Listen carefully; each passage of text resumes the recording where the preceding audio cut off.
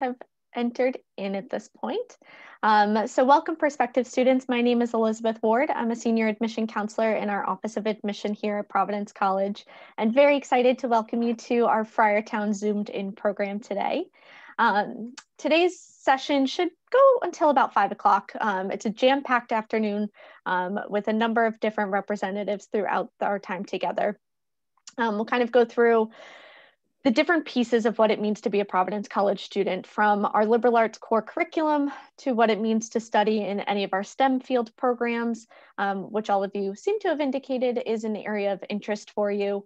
We'll talk through what it means to take full advantage of our Center for Engaged Learning and those kind of extra academic opportunities at Providence College, and wrap up with a student panel later on. From the admission perspective, if any of you have questions about the admission process, feel free to ask those at some point throughout today as well, or just reach out to your personal admission counselor.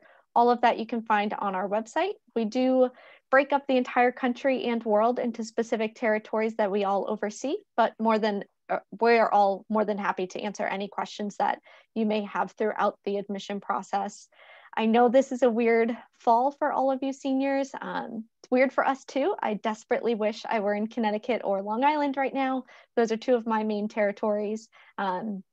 We will get back to our travel season at some point, but I hope that this is informative for you as you continue with the college search process. Please do use the Q&A feature throughout our session today. We're happy to answer any questions that come up from the admission perspective, but of course from the academic standpoint too. So in the interest of time, I will turn it over to my wonderful colleague, Dr. Dana Dillon, to really give you that overview of that core curriculum aspect, but more specifically, our Development of Western Civilization program. Take it away, Dana. Thank you so much. And let me just add my welcome. I'm really glad that you're joining us Zoomed in. We really wish we could welcome you in person here in Friartown, but hopefully we'll have a chance to do that before too long here. So I'm just to introduce myself, I'm a theologian by training, and I'm here my 15th year here at Providence College. So I'm a tenured member of the faculty.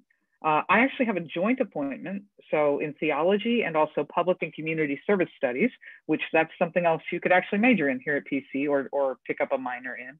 And everybody at PC, pretty much everybody who teaches in theology, philosophy, literature, or history also teaches in our Development of Western Civilization program. And right now I'm serving as the associate director of that program. So I'm going to talk to you a little bit about that and about our core more generally.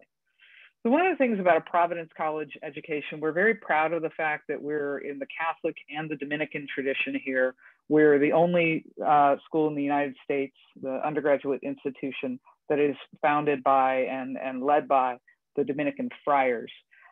So you see some of that legacy in our core curriculum.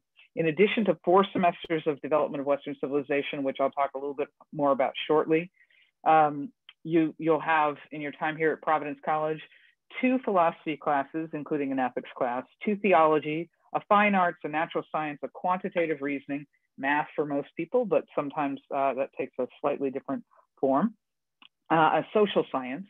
Those are all courses. And then in addition, you'll have proficiencies that help you get engaged with civic engagement, diversity, oral communications, and intensive writing. We're really committed to making sure that every single Providence College graduate, no matter what they major in, from business to science to theology, has a well-rounded grounding in the arts and the sciences, the liberal arts, right? Informed by faith and reason, with theology and philosophy as key to it, but also all those other things as well. So those are all of those things. Now, with Development of Western Civilization in particular, this is for your first 4 semesters here at Providence College, you will be in a class each semester. The first 3 semesters are, they're chronologically driven. First semester goes from the beginning of time till about 800. The second semester picks it up there and goes just short of the French and American revolutions. That third semester goes from the French and American revolutions to the present day. And then the fourth semester, which I'll talk about a little bit more shortly, is more thematically driven than chronologically driven. Those first 3 semesters, you're going to be in a unit of about 96 students with 3 professors from those 4 fields: theology, philosophy, literature, and history, 3 of those fields, occasionally a different field, but usually those. And so what you'll do is twice a week, you will meet with the large group for an hour at a time, and you'll have one of those professors lecturing. Then once a week, you'll have a 2-hour seminar session. So it will be you and about 15 other students together with that one professor. And one of the things that I love about teaching in this program is that if you kind of have the impression that college is about those large lecture classes and really learning from some of the professors who've really prepared and can lecture to you in those ways, this is that class. Also, if you think colleges know, it's more about 15 students or so sitting around a table with professors talking about some of the great texts, that's also this class. And I do think that one of the things that we've found is that because students spend 2 hours a week, every week for the first 4 semesters here in those discussion-based seminars, our students really become very well equipped to read, to write, to think, to listen, to argue, and to really become better critical thinkers. Again, regardless of what their major is, that's part of the core experience for every student, and we're really proud of that. Let me talk just a little bit about that fourth semester. Those, as I said, are rather than chronologically driven, they're thematically driven. So in a lot of ways, it's anything that 2 professors can dream up that would be an interesting question that would engage some of the texts of Western civilization. So as I mentioned, I'm a theologian. I've been teaching a class with somebody in the history department for several years now called Racism and Theologies of Liberation. So in that class, we really engage some of the legacy of Western civilization as racist and tending in those kinds of ways, and seeing what the roots that are anti-racist, that are based in theology in particular, can say to that experience as well. There's all kinds of things that I tried to, looking at this spring, knowing that we had a lot of science folks, I pulled a couple of examples. We have one called The World That Exchange Created in the Americas: Contact, Collision, and Convergence. This is actually taught by Maya Bailey of the biology department, together with Father David Orique of the history department, a Dominican friar. And what they're really doing in that colloquium is looking at the convergence of economics and environmental impact to see how the Americas, the world that was created in the Americas. So really interesting course there. And we also have one taught by Ryan Shea, who's a philosopher, and Alison Espock from the English department on the right, WRITE, the right way to see natural history, nature, and the self, where they're really engaging some of these great thinkers, everybody from Darwin to I don't actually know who else, who have really there was a relationship between the way they wrote about the world that they were in and their observations and their scientific work in that world. And so I highlighted those because I thought they might be of interest to some science majors. But Can I share another one? Oh, yeah. Dr. Cran's in the social work department, and one of our chemistry professors were doing one on drug addiction in America, looking at the chemistry side of things, but then also how that affects interpersonal relationships and things like that in the community. So I think that's a great one. On they called it Hooked. There we go. Yes, that's exactly what it was. Yes. Unfortunately, well, for these students it shouldn't matter, but that one's not up this fall. That was this spring. It was last spring. I think they're. Gotcha. Sorry about that. I'm sure they'll rotate back to it soon. I'm sure, and that's a great. I was just looking at what's coming up, but that's a great one too. So should I handle any of these questions? No, not at this time. I got it. Don't worry. Okay. Are there any questions that you want me to answer, or something else you think I should add? No, I think you did a wonderful job with explaining the Development of Western Civ program. I think it's a really great way for students to see beyond their department. One of my favorite parts about the course, and I do happen to be a PC alumna, so I have taken the class, absolutely loved it and would take it again. But I think my favorite part is that every single major is represented within each lecture and seminar. So you are meeting students outside of your program. When you're taking your major classes, you're with students of that department. But with this Development of Western Civ class and other core requirement classes, you're meeting students from outside of that field. So you're getting more of that full interdisciplinary connection, not just in the coursework, but then also the perspectives in the classroom. That's definitely something that we hear, not only about DWC, but also like when I teach theology for the core as well. And, you know, one other thing that I'll add, just because I know we have students who kind of walk, when we get to welcome our prospective students to campus, they can kind of walk through our Ruane Center for the Humanities and kind of get a sense of this. But I really do think that part of the sort of feel of Friartown has a lot to do with the fact that people are in these relatively small Civ seminars, those first 4 semesters. And so you really do get pretty connected to that one professor and those fellow students. I mean, I find myself, for instance, when students are sophomores, they're often in my class. So I teach sophomore DWC in the fall a lot of years. And that's when students start to apply for study abroad programs often. And especially when I'm teaching sophomore DWC, I write so many recommendations because, and again, those students ask because they feel like even sometimes in their majors, if those classes are bigger, the intro classes they've been in so far, it's the Civ seminar professors that they've started to connect with, and they feel like we know them and they're writing, in part because it's a small class, and in part because we're engaging these great questions about what constitutes the good life and what is our place in the world and what does a just society look like, and they feel like they've gotten to know us and we've gotten to know them, which I think is, you know, again, just a key part of who we aim to be as the Friar family. Absolutely. As I start to add our next presenters up as panelists, do you want to just quickly, I know it's not happening this spring, but share a little bit about Civ in London? Oh, sure. So we were really excited about this, and we were really disappointed that it's not quite working out because, you know, global pandemic. But so most of our study abroad has traditionally happened in the junior year, but what we've set up is now a sophomore experience where the Civ colloquium goes. So you have about 30 to 40 students who can go, and it's one experience in London.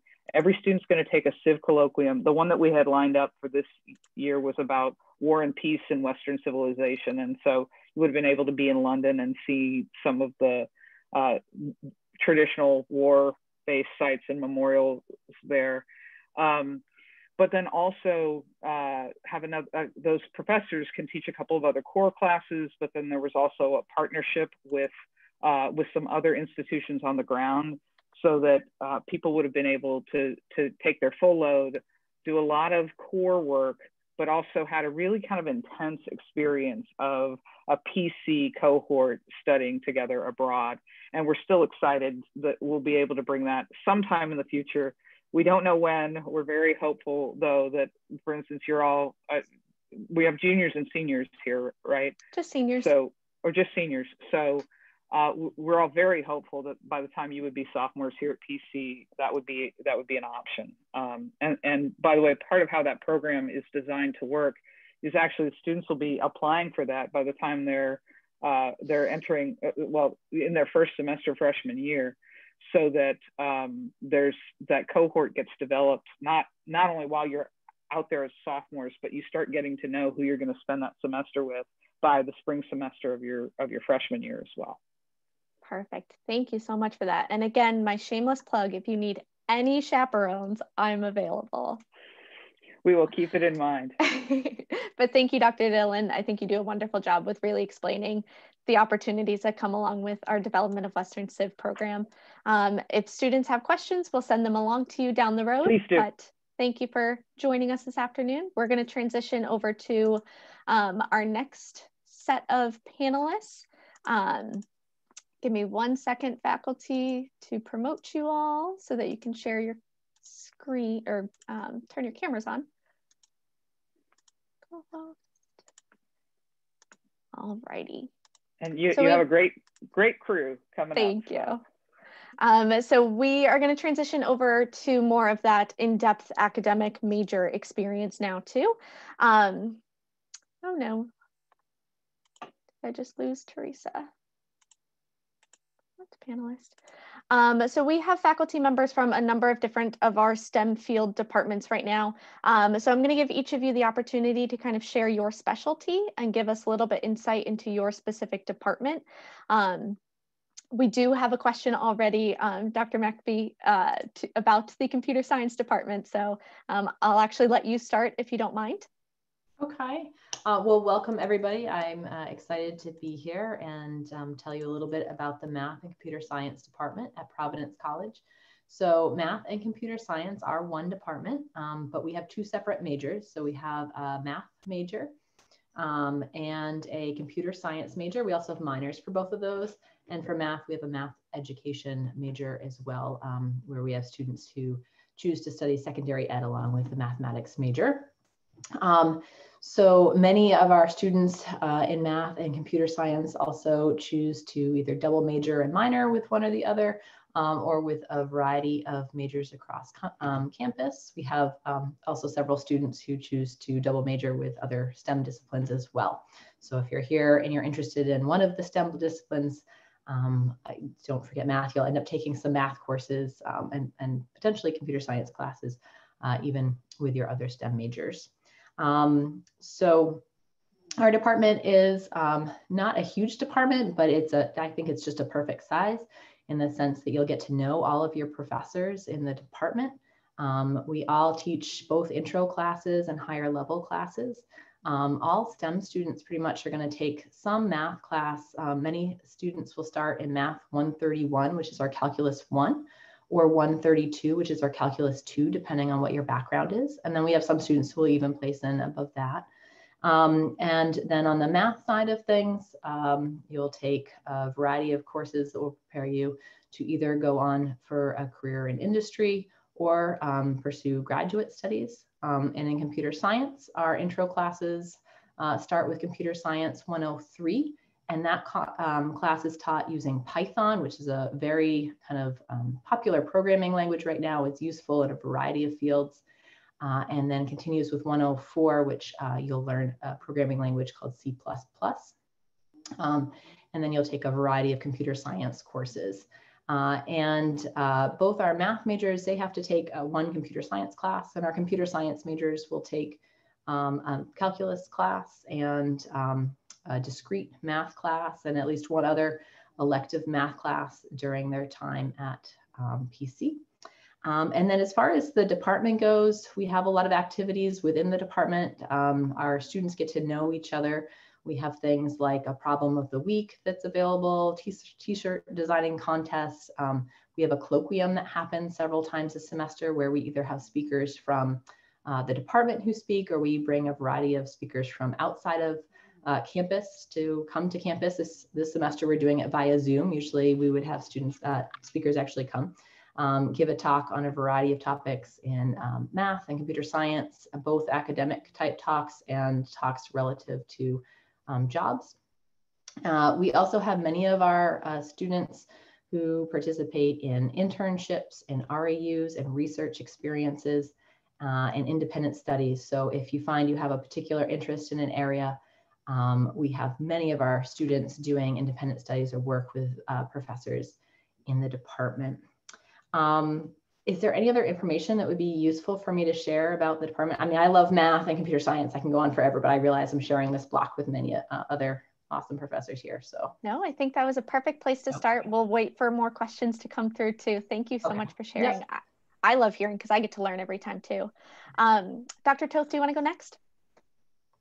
Sure, thank you. So welcome everybody. My name is Dr. Toth. I'm chair of the Department of Biology.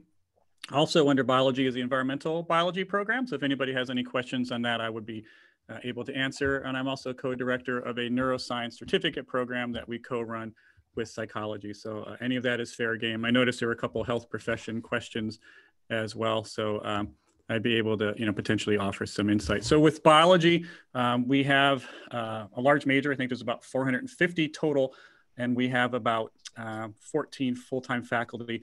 Keeps us busy, which is awesome. We love having students coming in, not only in our classroom to take the appropriate courses, such of which would be a year of calculus, a year of physics, and 2 years of chemistry. So there's a lot of co-requisites that are part of STEM that overlap with these other disciplines here. What we also encourage students to do is to really think about getting out there, meaning getting into a research lab, doing an internship, whether it's research on campus, whether it's research off campus. Many of our students work at research institutions at Brown or at biotech pharma. We really want to encourage students to get a hands-on experience with the material that's seen in all the classes. It's really a good way to learn the material better. And it's also a good way to think about potentially what would one do with a career in STEM. And so we spend a lot of time thinking about and developing career education opportunities, whether we do a career night in the fall where we bring in a number of alums and locals to talk about career choices. We have a really extensive LinkedIn alumni network that's fabulous, to the point now where we really don't have to ask students to help. They always are jumping at the opportunity to interact and talk to the current students. And so I've been busy lately this past couple of weeks getting students interested in clinical research coordinator positions, genetic counseling, forensic science, and such. And so it's really an opportunity for students who come to Providence College to really get a lot out of their educational experience by not only taking the required courses and electives, but also then being able to get that experiential part of learning, which is really key. A little bit on the health professions. We do have a health professions advisor, Dr. Lawson, who works exclusively with students thinking about health professions. One doesn't have to be a bio major. One can be any sorts of major and still pursue the health professions. And that's a really strong advising program. And any of us who are also STEM professors are capable and work with students on thinking about health professions. And so that is something that people may have questions about later. I can expand on. But also what we really like to do with career options is to have, one of the best answers I often get from students when they ask me, or I ask them what do they want to do with a career if they're an incoming person or incoming student, is I don't know yet. And that's a great answer. That's one of the perfect answers that I love, because you have 4 years to kind of figure out maybe what you want to do. Take a class that gets you excited, get into a lab, work at a hospital, work in the field. All of these things may be that sort of pivotal moment in your academic time here, which lends you to think, hey, this is something I'm really interested in. So I really encourage a student, regardless of what major, what program you're going to get into, to really, think about, is this something I really love, and do I want to pursue this as a career? So, so that's me. That's biology, environmental biology, and neuroscience. So thanks for everyone for attending. Perfect. Thank you. And thanks for starting to tackle some of our questions. Dr. Carroll, do you want to go next?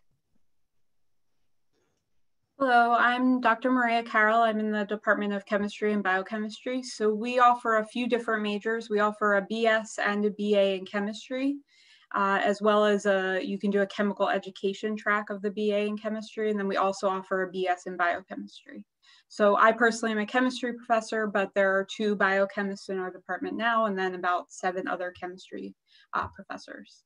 Coming in, we usually have, so the first class that you would take in chemistry is Chem 121, which is introductory chemistry.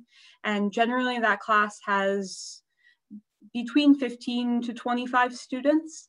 And that's a class that is chemistry and biochemistry majors. And then usually there are a few undeclared majors thrown in there. And you'll end up going through all of your chemistry classes pretty much with that same group of students. So we really develop kind of a close-knit cohort over the course of the 4 years, because all those students are in class together. In terms of research opportunities, most of the faculty are research active. Last summer, I believe we had about 10 students doing research with faculty. It was a little different than in the past because not everyone was on campus. The previous summer, I believe we had about 15 students. I've had students start working in my lab as early as spring of their freshman year. So if you're really interested, if someone's research clicks, you can take research for 1 credit as early as spring of freshman year and kind of get your feet wet. I've had students do research in my lab after their freshman year, so you really can get started with research as soon as you want. But if you're a little slower about it, you also can kind of get in later on in your career. We generally graduate, about 1/3 of our students go on to graduate school in either chemistry or biochemistry, about 1/3 goes into industry, and 1/3 goes into health professions. So there's really a range of options for what you can do when you leave PC with a chemistry or biochemistry degree. I think that's about it for me, unless there's something, Elizabeth, that you think that I could add.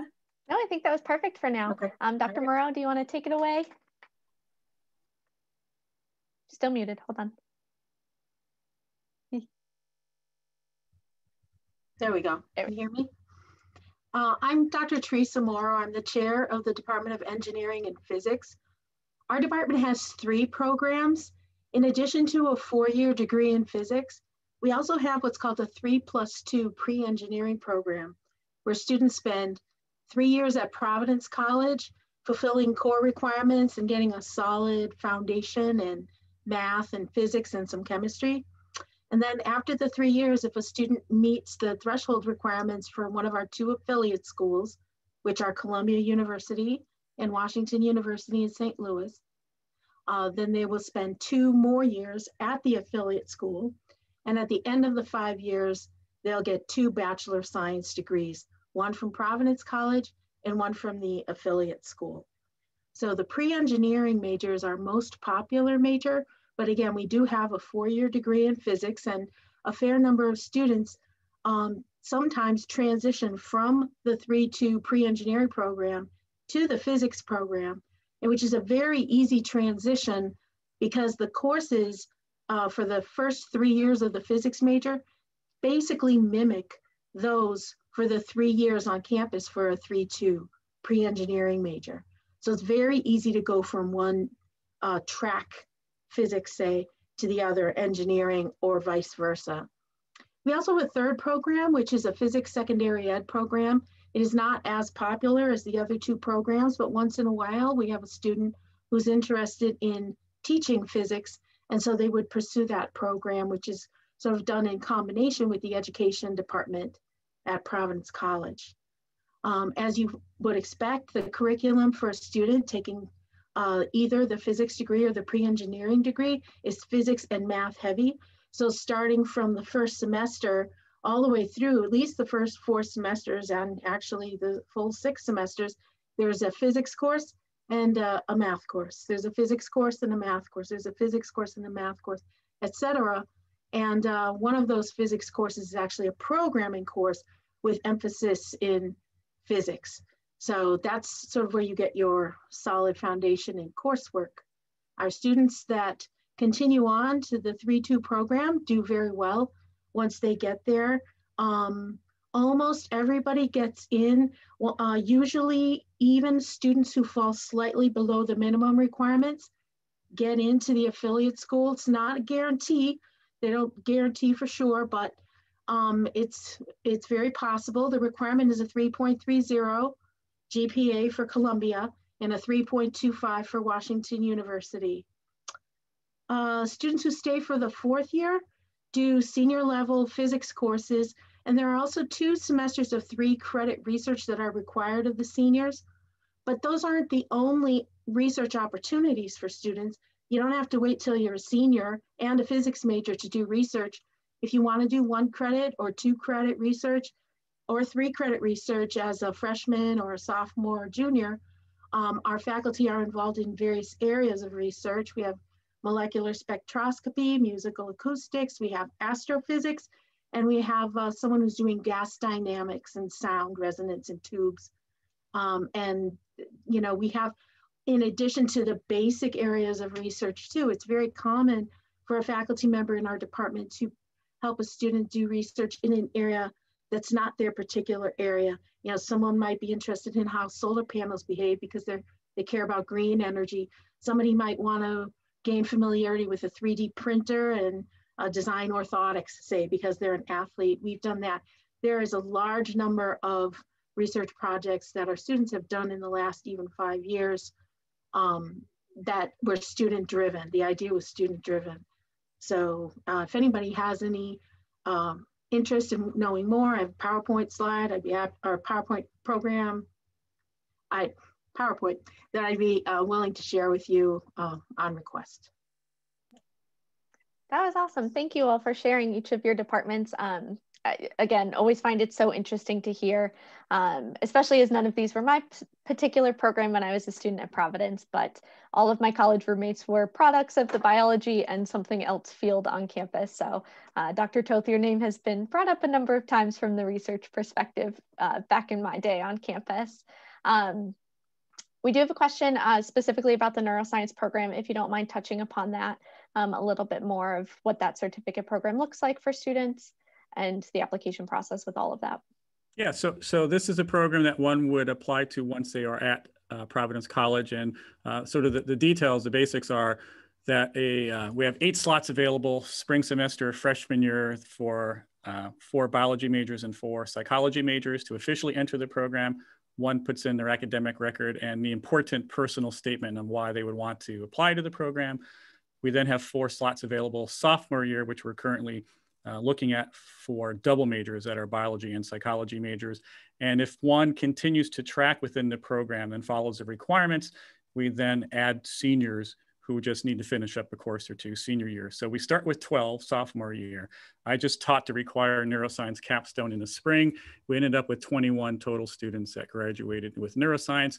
It looks like this fall, we're gonna add at least 9, maybe 10. So we usually get upper 18, 19, 20 or so each year. I always work with students. So even if they don't get into the program, initially I work with them all the time just to make sure they're tracking in their courses. And for biology, and the psychology program does a great job. The program is set up to be able to overlap the disciplines. That's why a lot of people double major actually, because it's not that many more extra courses to do both. But we really try to have students get the experience both on sort of the life science, neuroscience side of the field, as well as more of the social science, behavioral science parts of psychology. Lots of research opportunities available. And our students go anywhere. They do health professions, graduate school, clinical psychology.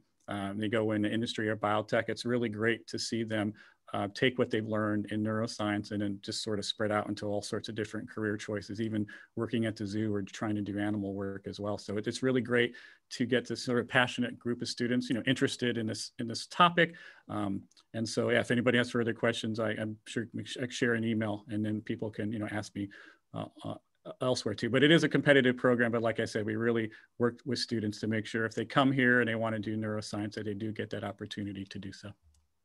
I was with Dr. Bloom on Saturday for our fall open house program. So we were talking about the program as well and his fear capstone that he'll be teaching in the spring. So I always find it an interesting program to hear more about.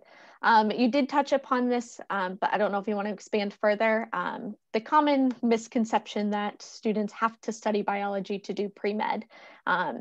And any of you are more than welcome to touch upon this because you all sort of did anyway of outcomes of students of what they're interested in doing moving forward and kind of what that health profession advising looks like on campus. I guess I'll start real quick. No one has to, you can be any major. There's been English majors that have went on to medical school. I mean, the only requirement is you fulfill the courses needed for, the chemistry and the physics and math. Ironically, there isn't a lot of biology you need for the MCATs and for medical school. It's all the other courses. And so it's always great to see students, especially at a liberal arts school, take advantage of these awesome other programs available. And if you are a biology major, maybe that makes sense because you're interested in the life sciences, but there's a lot of biochem majors as well, and physics. So it's really sort of I don't want to say cornucopia. That sounds a little corny, but it's great to see students from all over. I just had to send an email out to students for surveys for these classes like anatomy, and I sent it to the chemistry department. I sent it to the psychology department. I sent it to the health policy department. I sent it to the health professions advisor because there's so many students spread all over campus looking at the health professions that it's definitely not at all just biology. And for me, that's fantastic. That's why, we're at PC, and that's why students, I think, want to come to PC. That was perfect. Thank you. I don't know if any others have kind of a follow-up to that, but Dr. Carroll, one thing that I always get from the chemistry side of things, students looking into pharmaceuticals and what that may look like moving forward and how chemistry fits into that program. So there are a few different options in terms of what you would want to do with pharmaceuticals. So if you want to go into pharmaceutical research, doing research with an organic chemistry professor would be a great way to work towards that goal. You would possibly want to go on to graduate school in chemistry to work in pharmaceuticals. There is also a business and innovation minor that has become quite popular with chemistry and biochemistry majors. It requires a few business classes, a few additional science classes. And the idea kind of is that you can couple your background in science and get some background in business. So if you're more interested in kind of the business side of pharmaceuticals, that would be a good route to take. So I actually just was talking to a chemistry major who's a junior who's doing that program, and she wants to do a master's in chemistry, but then also kind of go more the business route. So that's kind of another direction that you can take, one a chemistry or biochemistry degree, and I'm sure any of the STEM degrees. It's really helpful. Thank you. We do have a math computer science colloquium tomorrow, don't we? Did I miss that? See that email correctly? Yep. Yeah, we have actually Father Humbert within the math department is going to be speaking tomorrow. And he actually is going to be talking about research he did with undergraduates recently over the last year. He's really interested in baseball and statistics. And so they were analyzing, I'll be at the talk tomorrow, so I'll know more about it after that. But analyzing, I think statistics about a Cape Cod baseball league that plays. So I think some undergraduates will be presenting with Father Humbert tomorrow. And then actually in 2 more weeks, we'll have another speaker coming who's going to be from, he works at SpaceX. It was actually one of the programmers who was involved in the big launch that happened this past summer. So he'll be speaking 2 weeks from Thursday. So very cool. I'll have to tune into that one. I am a native Floridian, so going and seeing all the space shuttle launches was always a really fun thing for me back home. We do have another question about computer science. Are internships a requirement, and what opportunities are available for students? All of you are welcome to touch on that internship component. We've discussed research, but more so the internship side of things with computer science. Sure, it is not a requirement, although like the vast majority of our students do end up either doing research or internships, and they intern at a variety of locations. So some people have been local. Some people will find programs in the summer that are closer to their home if they're not from New England. We've had a lot of students, actually I have a list here I can kind of cheat from a little bit. We've had students at a lot of financial institutions, various engineering firms. We've had students who have, just almost every company you can think of, CVS, a lot of different banks that we've had, insurance companies, Raytheon. So we've had students intern at a variety of locations.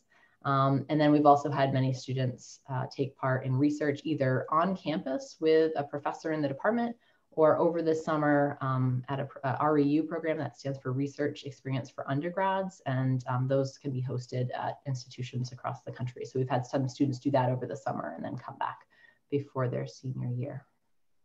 Perfect, thank you. And, so I guess, and you can get credit for internships though. So it's not required, but you can get credit for doing one. Absolutely. We do have a question about the 3-4 optometry program. I am not the best person to answer that one. I don't know if any of you are, but as Dr. Toth just typed away an answer for me. I thought that's what you were doing, but if you want to say it out loud a little bit too, that'd be great.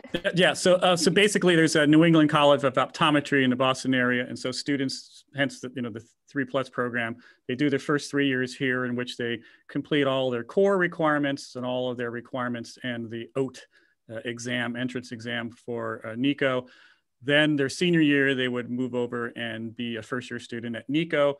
They would graduate then after their first year at NICO. Some of the science courses at NICO matriculate back to PC such that they complete their biology major. So they still would be able to would graduate after their 4th year, but they will have had a bit of an accelerated program to allow them to attend optometry in their first year. Thank you for that. We do have a follow-up, well, not follow-up, but another biology related question about marine bio and students doing biology field work. I think the Belize trip is the coolest thing that I would love to go back and do. But I don't know if you can answer a little bit about the marine biology side of things. Yeah, I mean, Rhode Island's great. It's a small state, and we're you know, the ocean state. I don't live in Rhode Island, but I know it's called the ocean state. And people can take a lab and, you know, drive 30 minutes, 20 minutes and get to the ocean and take our marine biology course. We have an invertebrate biology course, biomechanics. We have a world-class marine biologist, Jack Costello, who works over the summer at Woods Hole. So students have also worked at this amazing place at Woods Hole. We have another marine biologist doing climate change. Our neuroscientist lives at Woods Hole on a boat, not actually at Woods Hole, but you know, he's moored near Woods Hole. And so there's a fantastic number of courses for field work that people can do and take a van and get out there. And I'm a cell biologist. I don't like getting my hands dirty or putting on waders, but tons of opportunities available for students. A lot of research. I mean, there's a big touch tank in my teaching lab. And so all the time there's hermit crabs and starfish and all sorts of critters they've picked up from Narragansett Bay and Woods Hole that the students continue to work on. So, and with the environmental biology program, we now have a specific major where one could specialize in the field. The college has invested in a lot of high-speed camera foot and aquariums. And so, you know, we have a really nice outfit available. And like I said, being really close to the ocean, it's not a trip you do once a semester like Belize, which was for tropical. You can literally every week go to the ocean and do research and bring it back on campus. So yeah, it's a really great part of the program for those faculty that are engaged in the work. And if you're a student thinking about it, this would be a great place to follow that passion. Perfect. Dr. Moreau, a student was asking about internships within the physics department too. Mm-hmm. Yeah, I saw the question. So we have some students who go out and find internships. And every once in a while, we get a company that comes to us and tells us about an internship program. For example, one of our recent alums who did an internship with National Grid just came back to us just today. She actually sent me the link and said, hey, let me know the students who might be interested in working at National Grid through this internship program. And it's a great question. We have a couple of students coming back. Actually, some of our current students, they're not just coming back. They're speaking on Wednesday about the internships that they got this summer. So we are doing a presentation for our freshmen in Zoom. And if anybody wants to sort of come in and have access to that Zoom session, we'd be happy to have you come and attend. You could see what the research opportunities are in the department, but also you could see what the internships were that our students worked on this summer. And then in a few weeks, we're having some students who graduated from Columbia in the 3-2 program come back and talk to us about the engineering jobs, the engineering positions that they have now. So we try to do that for our students. We try to give them an idea of what's available once you graduate. And as I said, some students, even as undergrads, were able to do some internships. Perfect, thank you. Any other questions for our faculty members before we start to wrap up and move on to our next section of this afternoon? Give it a moment.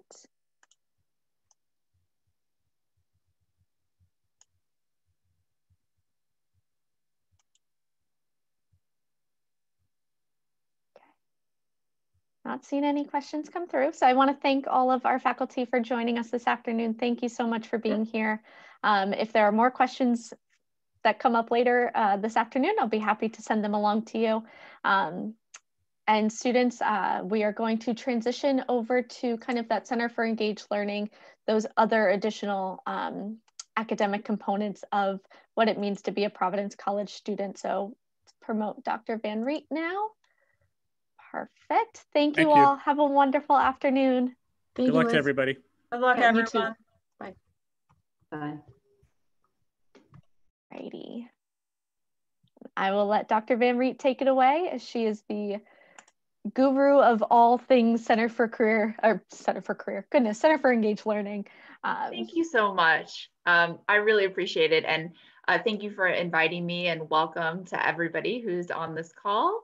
My name is Dr. Jennifer Van Riet. I am the director for our Center for Engaged Learning.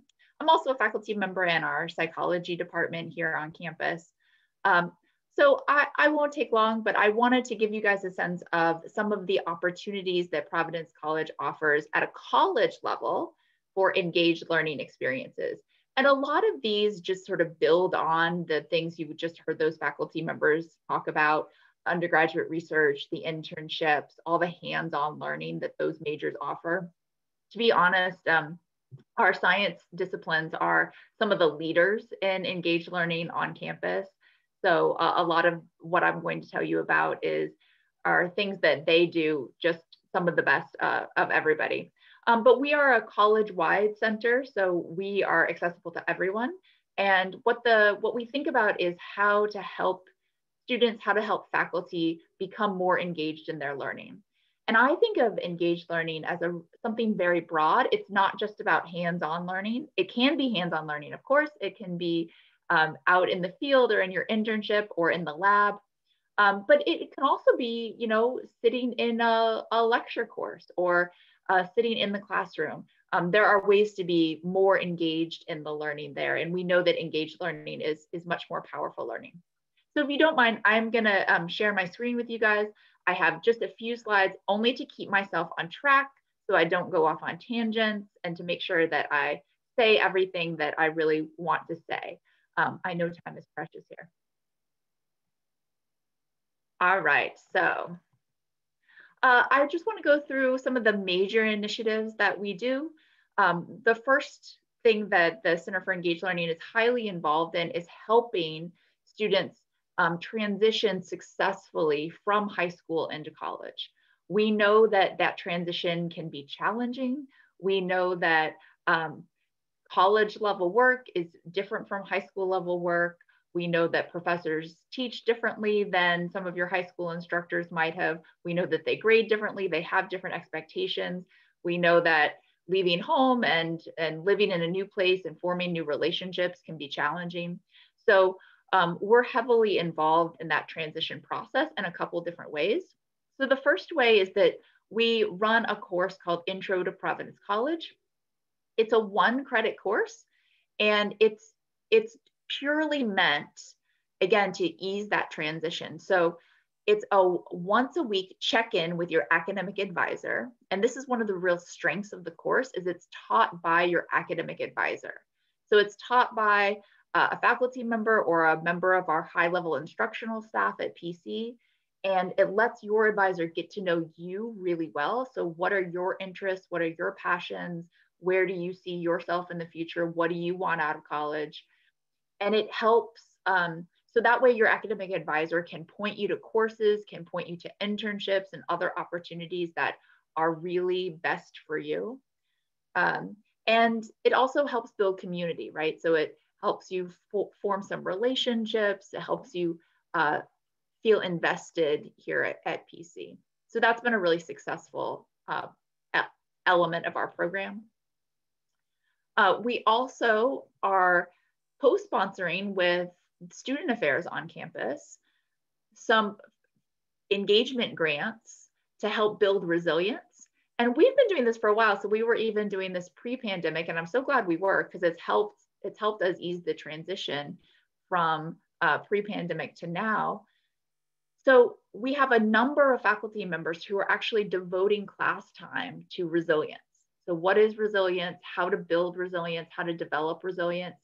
And the cool thing about this is they're doing it in ways that is specific to their own disciplines, right? So in Gen Bio, for example, one of our Gen Bio professors who is part of this program would teach about, the biology of stress and the biology of anxiety, whereas people in other disciplines have incorporated resilience in very different ways. And it's making a difference. So we're really proud about that. Number 2, so we help provide experiences in the classroom and outside of the classroom to promote engagement, things that faculty maybe couldn't do on their own or departments couldn't do on their own. They need a little extra support. I'm just going to show you a couple examples of that. Like, for example, we helped a faculty member in art buy some virtual reality equipment so she could teach this cool new course that that serves for the fine art core. So anybody can take it to fulfill their fine art requirement, where she's teaching about Asian art through virtual reality. And it's such a neat course. Students love it. We have provided funding to send students off into the local community to go see a play, go see a show that's related to something that they're learning in class. So this is an example of, I know you heard about development of Western civilization earlier. So this was an example of, there was a play in downtown Providence that was running, that was heavily tied into something that was happening in the Civ Colloquium. So we made it so that all 40 or 80 of those students could go see the play. Another example is we support student travel. So we support student travel to conferences and other events where they're competing or presenting their work. So an example of that was that we sponsored a team from Providence College who was part of that new business and innovation minor that you heard about, to participate in a startup challenge. And it was the first team that Providence College had ever sent, and they won 3rd place, which was pretty cool. Number 3, so we are the office that helps with postgraduate fellowships. Some students, when they're thinking about their postgraduate paths, they're interested in graduate school, or they're interested maybe a year of service, they're interested in spending a year abroad.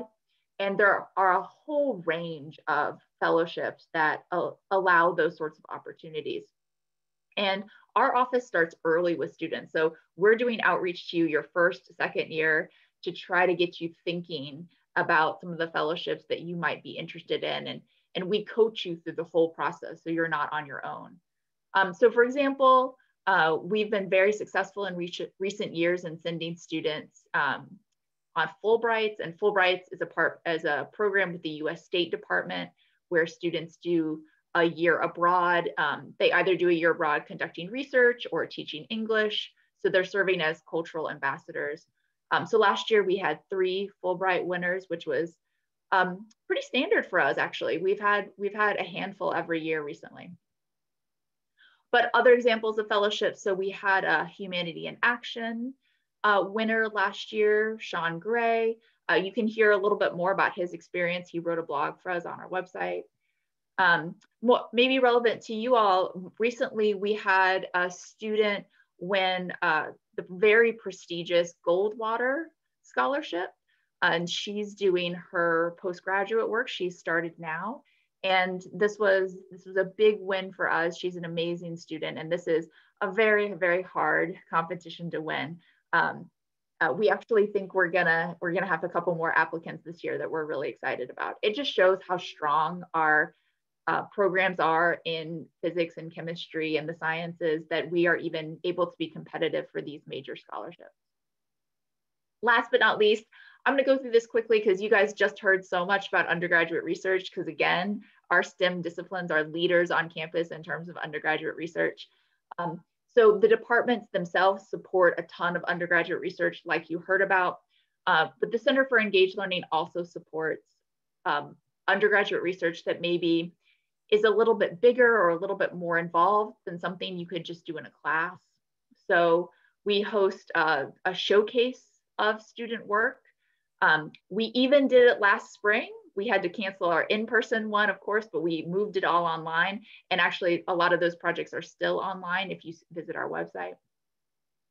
But we offer undergraduate research grants during the academic year, but also during the summer. So here's an example of a biology summer grant. Our students spent 10 weeks in Rhode Island, bicycling around Rhode Island, collecting ants. And he worked with Dr. Waters in the bio department. But we support students from all sorts of disciplines doing all sorts of projects. So this was a student who traveled to New Jersey to do some qualitative work. This was a film student who actually, we supported her travel to France during the summer to go to the film festival and her work. So a number of different examples, again, in all sorts of fields. We even, as you heard, were able to keep our summer 2020 program going. Lots of other schools ended up canceling their summer research programs, but we were able to make it work. And so we had a number of our students spending their summers doing research. Even on-campus research. Like you heard, we had about 10 students in the science labs, appropriately safe and socially distanced. So that's just an overview about some of the work we're doing to try to keep our students engaged.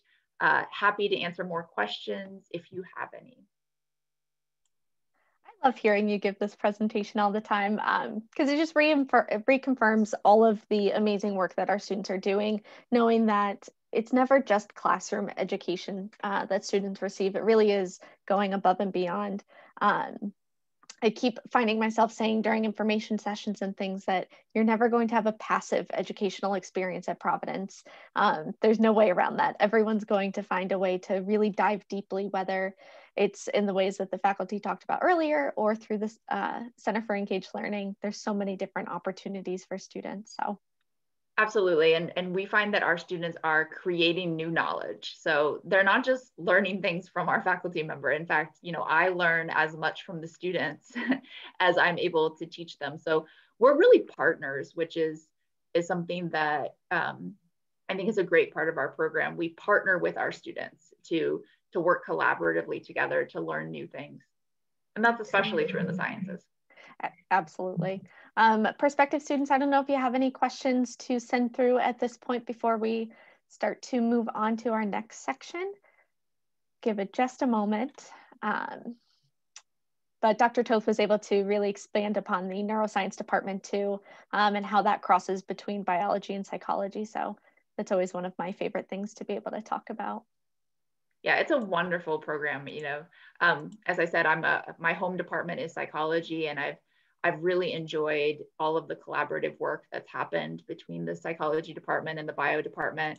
Lots of our majors benefit from the crossover there. Absolutely.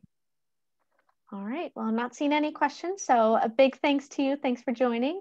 Of course. I will start to promote our students to wrap up with our student panel. Thanks so much. Everyone. Have a great day.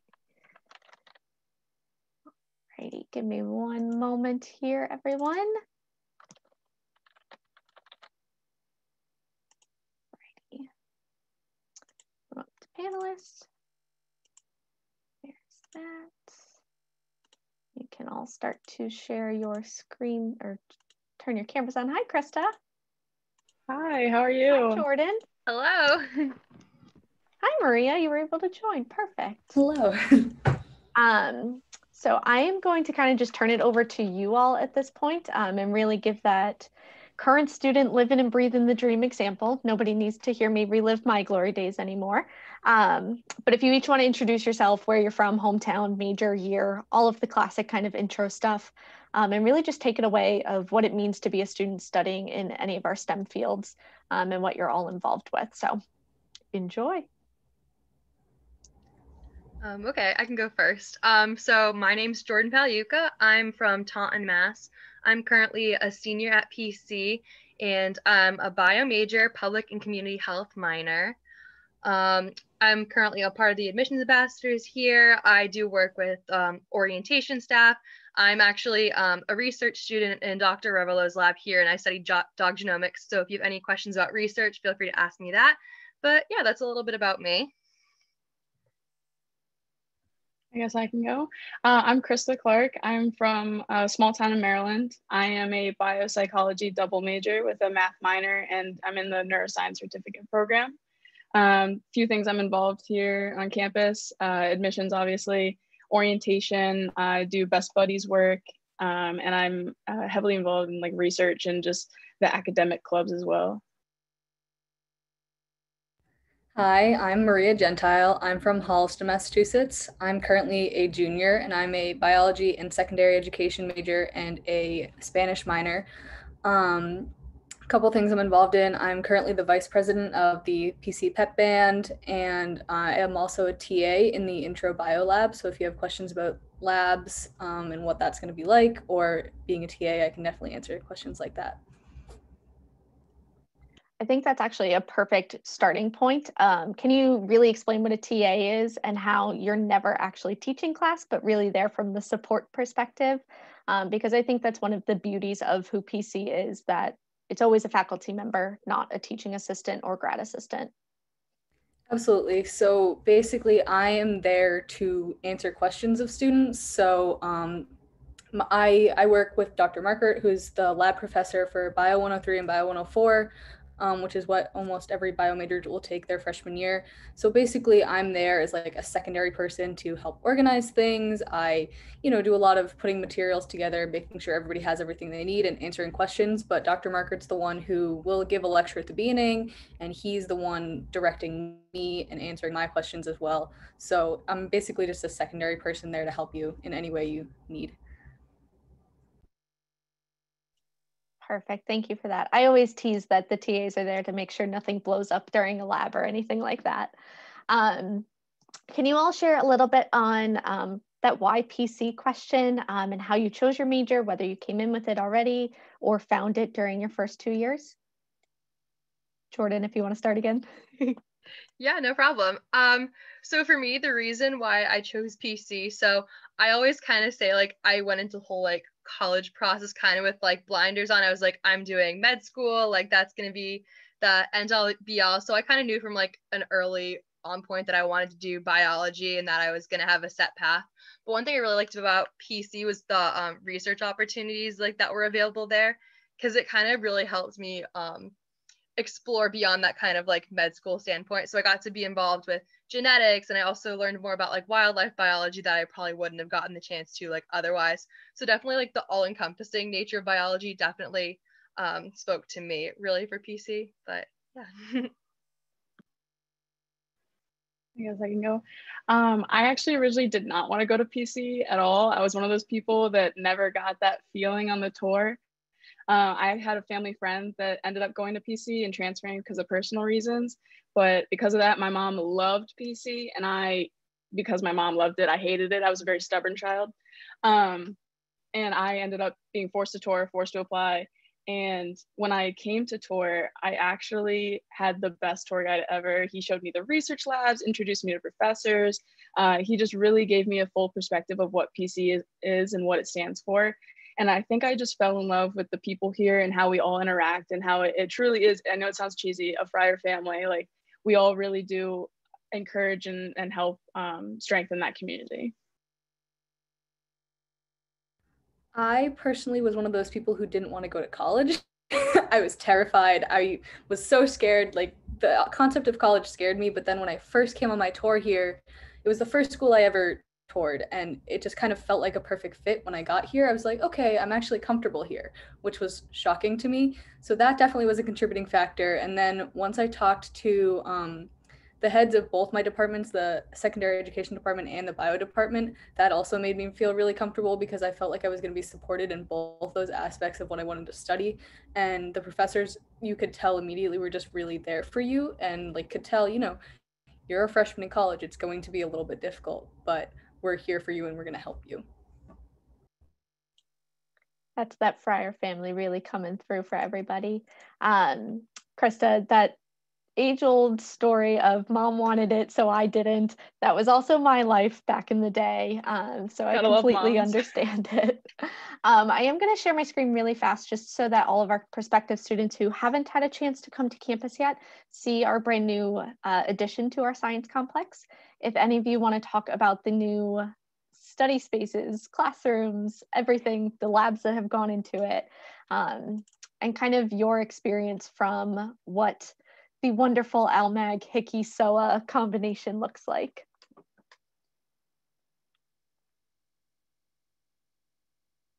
I guess I can answer that. It's a little confusing at first because it's kind of like 4 buildings in one. But I can rave all day about the science complex. That's where I study, that's where I hang out. It's like the Ryan building for business majors. Science complex is like our home and we love it. And I like study everywhere else on campus, but this place has a special place in my heart. The SOA edition is where I did my research in psychology and stuff. And that's also where a lot of office hours are held pre-corona. But it's a great place. The facilities are so nice. Everything's new in the science complex and SOA, which is really nice. I know it first got put in my freshman year, so I got a little spoiled, and I know all my upperclassmen friends kind of were a little jealous, but that's all I got. But it's a gorgeous building. Yeah, as one of those upperclassmen people, I didn't get this until like my sophomore, junior year. So I had like all the nice antique part of PC before this got built. So this was definitely like a nice treat for all you guys incoming that you can appreciate for sure. Just like even all the technology in the different rooms that you can utilize like while studying and stuff. Like I can like hook up my iPad or laptop and project stuff on like a big screen. I know one time when I was studying with my friends, the Bruins game was on or something. So be able to project a Bruins game on while we were studying. No, so there's a lot of different amenities you can make use of in the new science building. But yeah, there's, as with like every kind of building, you kind of can find different places, whether you're more of a social studier where you want to go and see people walking around and mingling, or you want to find those places that are more quiet. There's definitely a little bit of everything for people in this building where you can go to find places to study, hang out, anything. I personally really like the variety of chairs in the science complex because there's, as you can kind of see in the picture, there's lots of really big chairs that are comfy with high backs. So even if you're, say, reading your civ homework, it's comfortable to just sit in there, sit in the big chairs. But then like Jordan was saying, the classrooms have tons of technology that's really helpful, and giant whiteboards to write on, which is my favorite thing, especially with my bio classes. Drawing out all the different processes and stuff like that is really, really nice.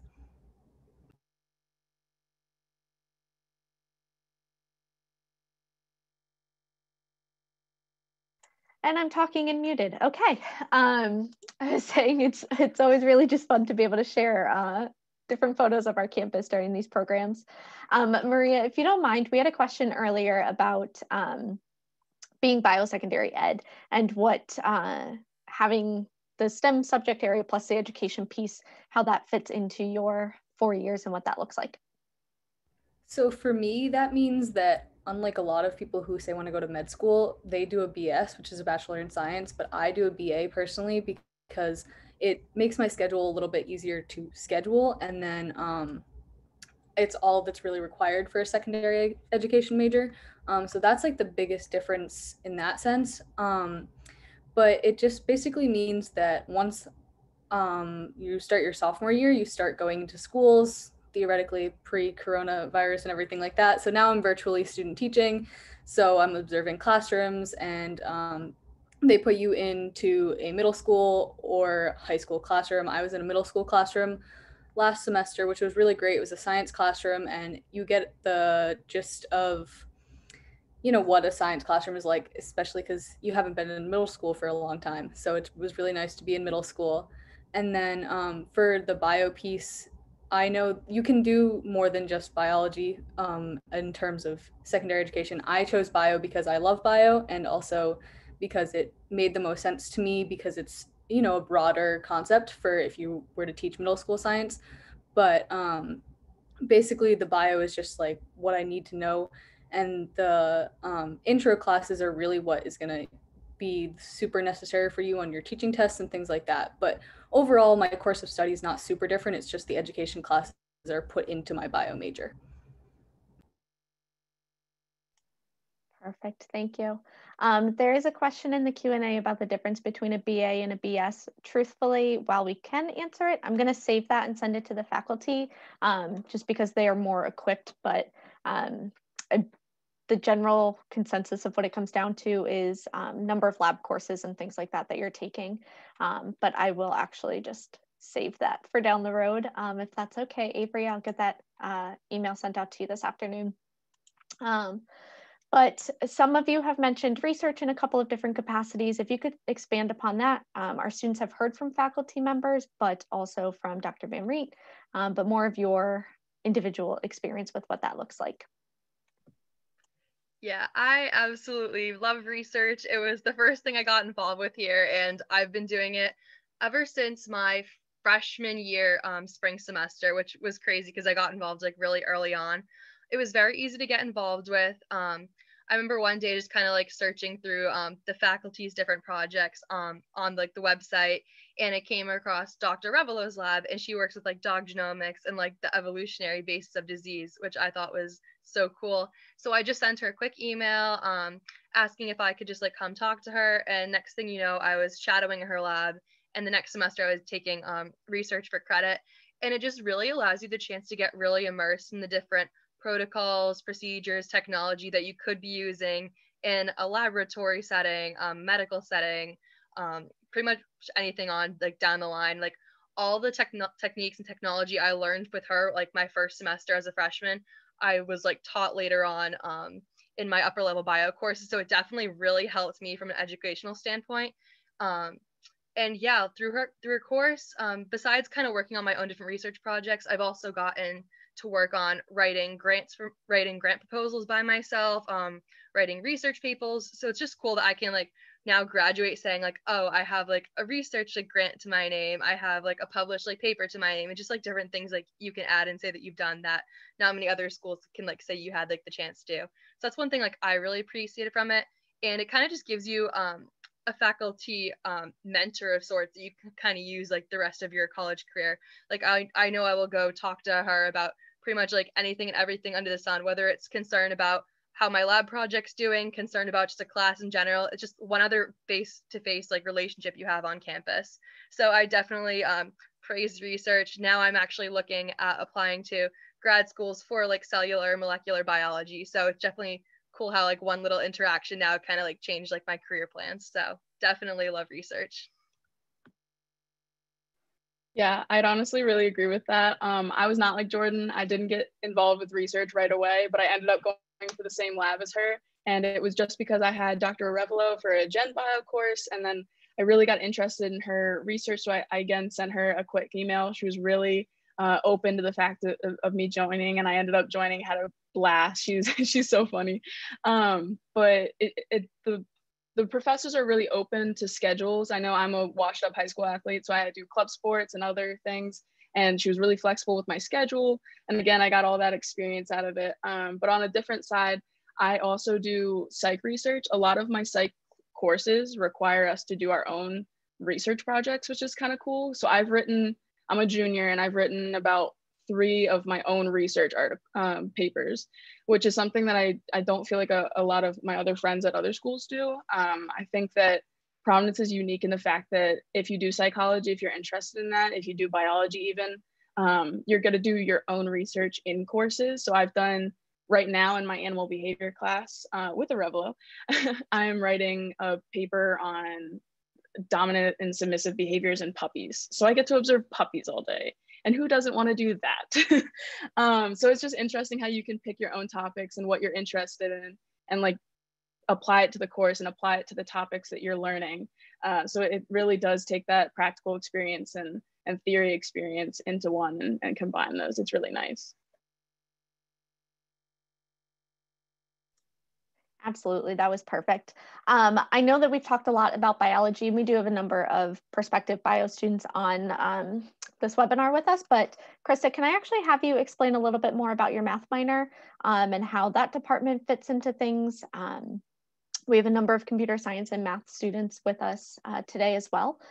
So kind of giving a different perspective on what we've been talking about. I love the math department. My favorite math department professor is Joanna Sue. She's my girl. She's so fun. I've never met one person that did not love her class. I have a lot of computer science and math major friends. I would say that it fits pretty well. And honestly, I think my experience in math has helped me in other courses. So even if you're just thinking about a minor, or if you're thinking about a major in computer science and math, the department's great. It really does help you make your schedule into the mathematics courses that you're interested in. I have a few friends that even do research with the math professors, and they're doing like their computer programs. And whether you're going and doing research on like in person with the professor, or if you're just doing it remotely on the computer, and this is pre-corona too, like my friends would do the programs on their computer in the middle of the library, and we would just watch them do it, and it looked like so much fun. I can't rave enough about the professors. I think they honestly, truly love teaching. And I think they really have a desire to help you learn and succeed in the math and computer science areas. Absolutely, that active involvement that I was talking about earlier really does come through regardless of what department a student is interested in. Jordan, I know you just touched upon those next steps. I won't say the big G word for you, But looking into graduate programs in the future, kind of what you're looking for next steps.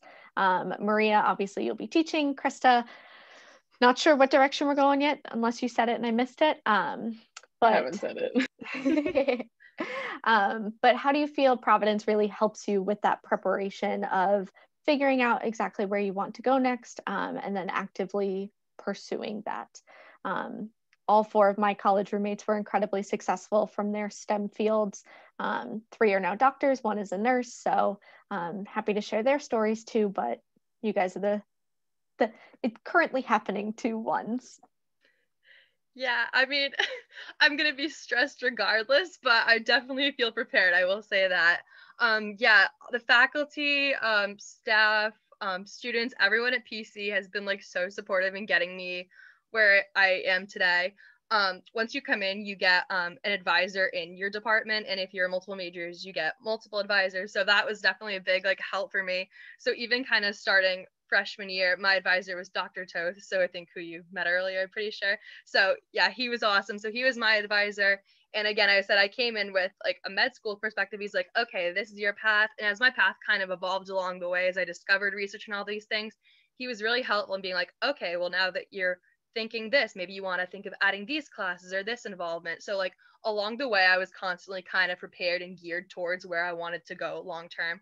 So that was really helpful. And as far as even now in this process, like working in my research lab, working one-on-one with professors, it's definitely easy kind of thinking of, okay, we can do like recommendation letters, like, oh, I have this personal statement, like what like responses or things do you think would be good to add on it? So they've definitely been there with me along the way. The Career Center has definitely been a big help thinking about possible grad school like interviews, like fixing my resume to send out to these schools, like personal statement, like all that stuff.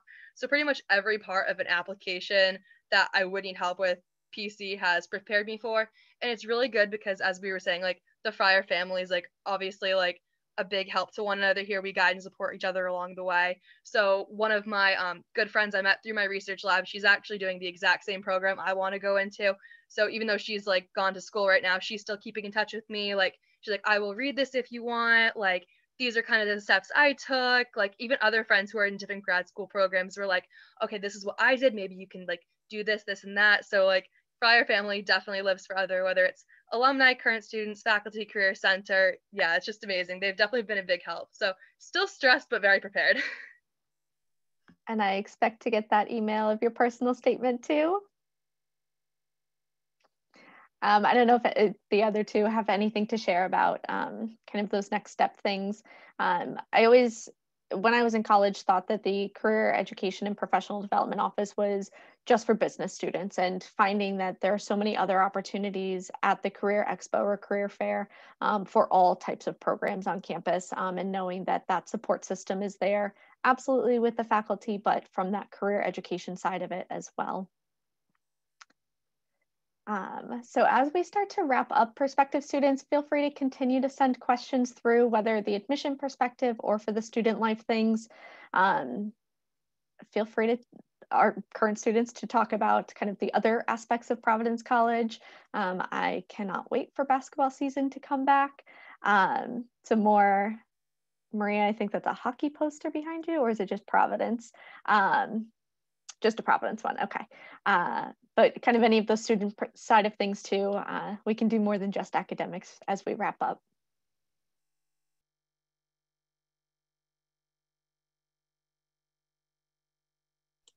Whatever you want to share. I mean, if anyone has any questions about sports, like not the division sports on campus, you can ask them. I'm on the executive board for the club sports. So just a little rundown, because I know not everyone knows like intramurals versus club. So I play club volleyball and club rugby. Intramurals are kind of like a casual sport, like just to keep in shape, to have fun with friends. You can have 0 experience or a lot of experience and just have fun either way. Club sports is more competitive, but not nearly as much commitment as a division sport. We go to tournaments and competitions and stuff. It's not just the college, it's regional schools. And I know my volleyball team's gone to nationals and stuff. So there is more opportunity for travel and competition outside of the region as well. So I don't know if anyone has any questions on that, but.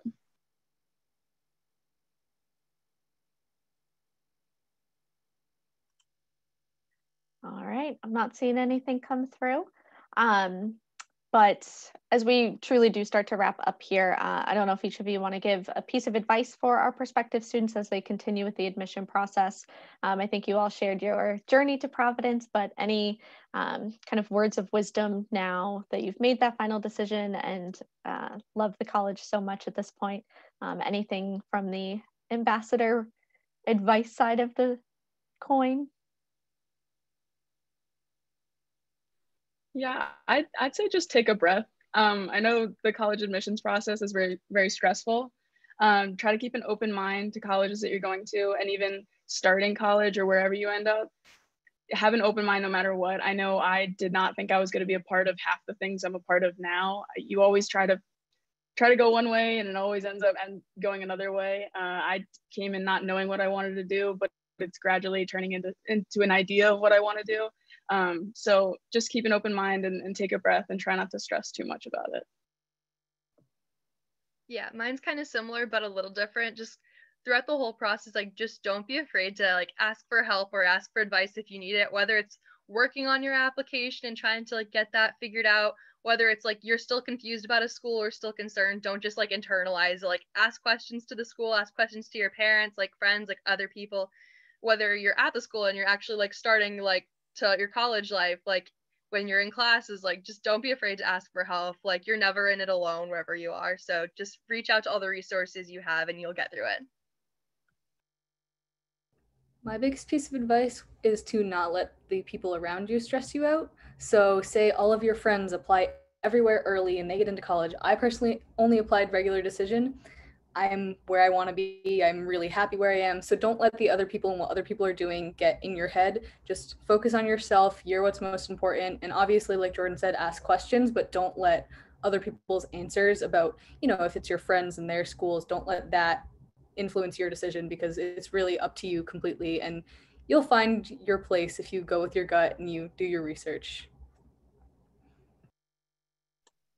That is a perfect way to start to wrap up. Completely agree. Follow your own path. Every single one of you has your own journey that you're supposed to take. So don't let somebody else's timeline dictate what yours is going to look like.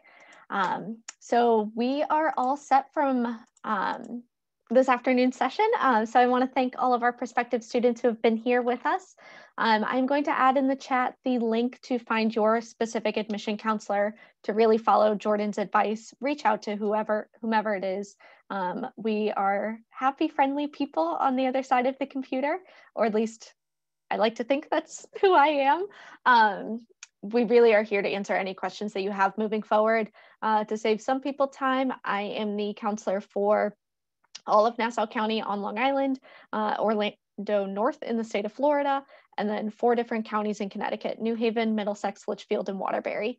But every single one of you has a counselor in the office. You can see all of our photos online too.